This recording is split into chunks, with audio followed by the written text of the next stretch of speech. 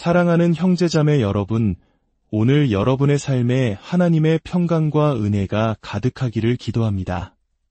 본격적인 말씀에 앞서 만약 오늘 이 이야기가 여러분의 마음에 울림을 준다면 좋아요와 공유를 통해 그리스도의 향기를 더 널리 전파하는 일에 동참해 주십시오. 저희 채널을 구독하시는 것은 저희가 이 사역을 계속 이어나갈 수 있는 큰 힘이 됩니다. 이 작은 섬김에 참여하시는 모든 분들께 하나님의 크신 축복이 함께하기를 소망합니다. 고린도후서 2장 14절은 이렇게 말씀합니다. 항상 우리를 그리스도 안에서 이기게 하시고 우리로 말미암아 각처에서 그리스도를 아는 냄새를 나타내시는 하나님께 감사하노라. 여러분, 잠시 스스로에게 질문해 보십시오. 나는 내 삶의 모든 순간, 매일, 영원토록 항상 승리하고 있다고 느끼는가? 마치 모든 것이 완벽하게 흘러가는 것처럼 언제나 평온하고 만족스러운가요? 아마 대부분은 그렇지 않을 겁니다.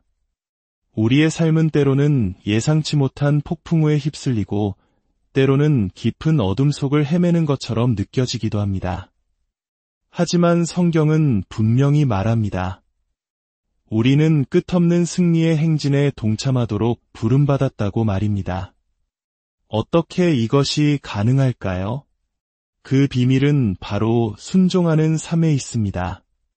하나님께 온전히 내어드린 삶을 통해 그분의 은혜가 비로소 눈에 보이게 드러나기 시작합니다. 순종하는 삶이란 무엇일까요? 그것은 단순히 한두 번의 결단이 아닙니다.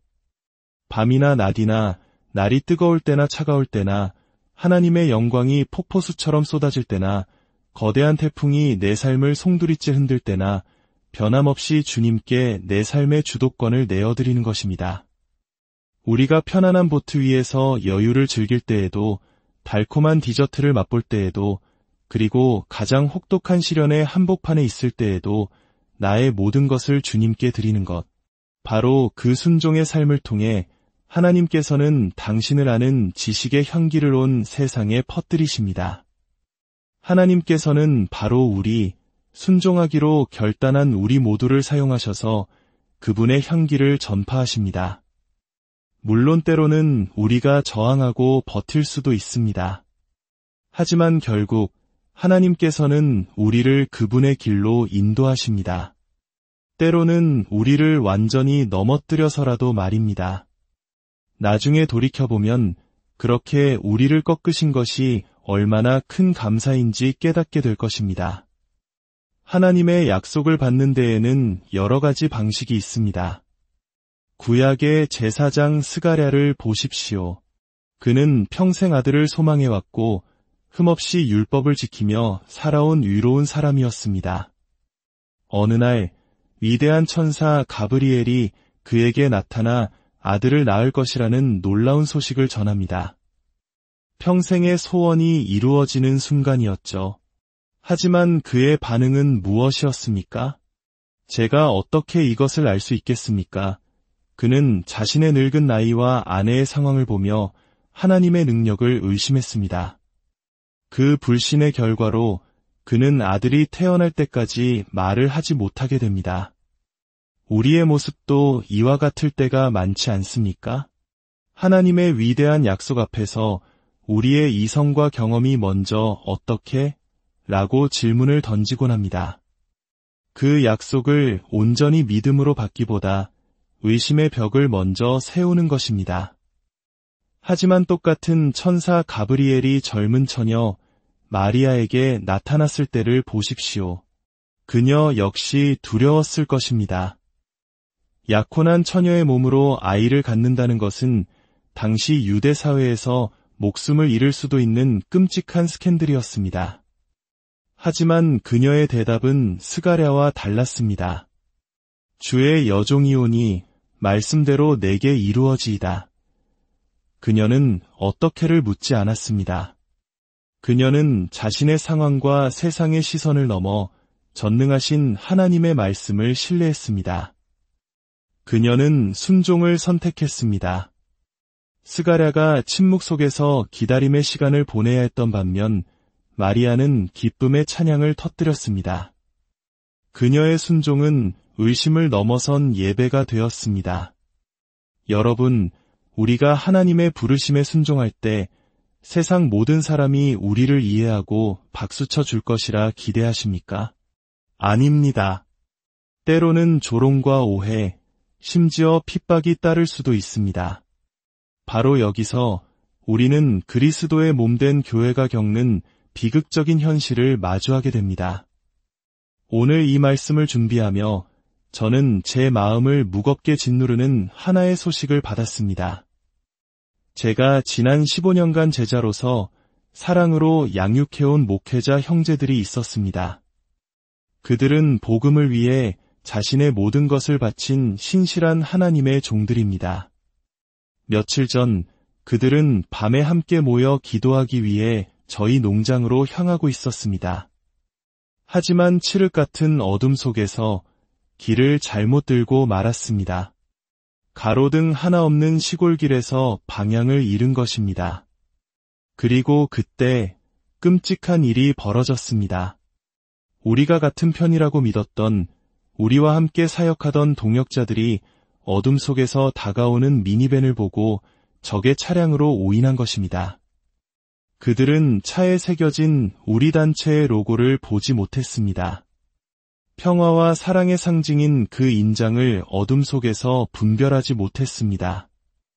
그리고 그들은 제 사랑하는 형제들을 무차별적으로 공격하고 구타했습니다. 제 형제들은 피투성이가 되고 온몸이 찢기는 고통을 겪었습니다. 그들은 간절히 외쳤습니다. 우리는 적이 아닙니다. 우리는 당신들의 형제입니다. 뒤늦게 실수를 깨달은 공격자들은 말했습니다. 당신들을 쏘지 않은 것이 기적입니다. 우리는 당신들을 쏴 죽일 생각이었지만 어찌된 일인지 그러지 않았습니다. 이 이야기를 들으며 제 마음은 무너져 내렸습니다. 이것이 바로 오늘날 그리스도의 몸된 교회의 모습이 아닙니까? 어둠 속에서 우리는 서로의 옷에 새겨진 그리스도의 인장을 보지 못한 채 서로를 얼마나 많이 공격하고 상죄 입히고 있습니까? 우리는 같은 주님을 섬기고 같은 천국을 소망하며 같은 원수와 싸우고 있으면서도 작은 의견 차이와 오해 때문에 서로를 적으로 여기고 상처를 줍니다. 예수님께서는 십자가를 지시기 전 요한복음 17장에서 간절히 기도하셨습니다.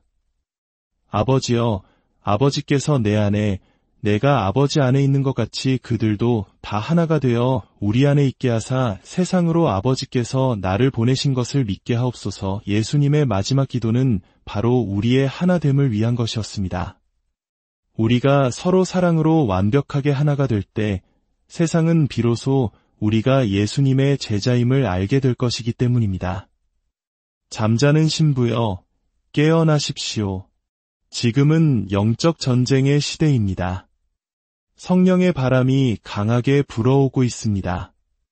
하나님의 기적적인 능력이 나타나고 세상이 본 적 없는 놀라운 추수의 시간이 다가오고 있습니다. 하지만 이 거대한 부흥의 때에 우리는 어떻게 우리의 삶을 살아갈 것입니까? 의심 때문에 침묵했던 스가랴처럼 될 것입니까? 아니면 어려운 상황 속에서도 순종하며 찬양했던 마리아처럼 될 것입니까? 목소리를 내야 할 때입니다. 광야에서 외치는 자의 소리가 되어야 합니다.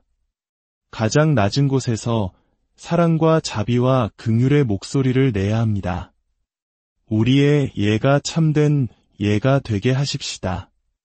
우리의 마음이 꺼지지 않는 거룩한 불로 타오르게 하십시다. 매일 주님과의 친밀함이라는 기름으로 가득 채워져 어떤 폭풍 속에서도 흔들리지 않게 하십시다. 우리의 시선을 오직 상급이신 예수 그리스도께 고정하십시다. 상황이 좋을 때나 혹은 돌에 맞거나 총구가 우리의 머리를 겨누는 최악의 상황 속에서도 우리의 대답은 오직 하나여야 합니다. 주님, 나의 예는 영원한 예입니다. 때로는 지치고 힘들어서 밤새 4시간밖에 못 자고 다음 비행기에 올라야 할 때 그 예라는 대답을 거두고 싶을 때도 있을 것입니다. 하지만 그럼에도 불구하고 우리 안에 계신 성령님께서 속삭이시는 그 음성에 귀 기울이십시다. 주님, 당신이 어디로 보내시든 저의 대답은 예입니다. 영원히 예입니다. 이 말씀을 듣는 모든 분들의 삶 가운데 폭풍 속에서도 흔들리지 않는 믿음의 반석을 하나님께서 허락하여 주시기를 기도합니다. 여러분의 순종하는 삶을 통해 여러분이 머무는 모든 곳에 그리스도를 아는 아름다운 향기가 퍼져나가기를 축복합니다. 여러분 한 분 한 분을 통해 하나님의 놀라운 승리가 선포되기를 예수님의 이름으로 간절히 기도합니다. 평안한 하루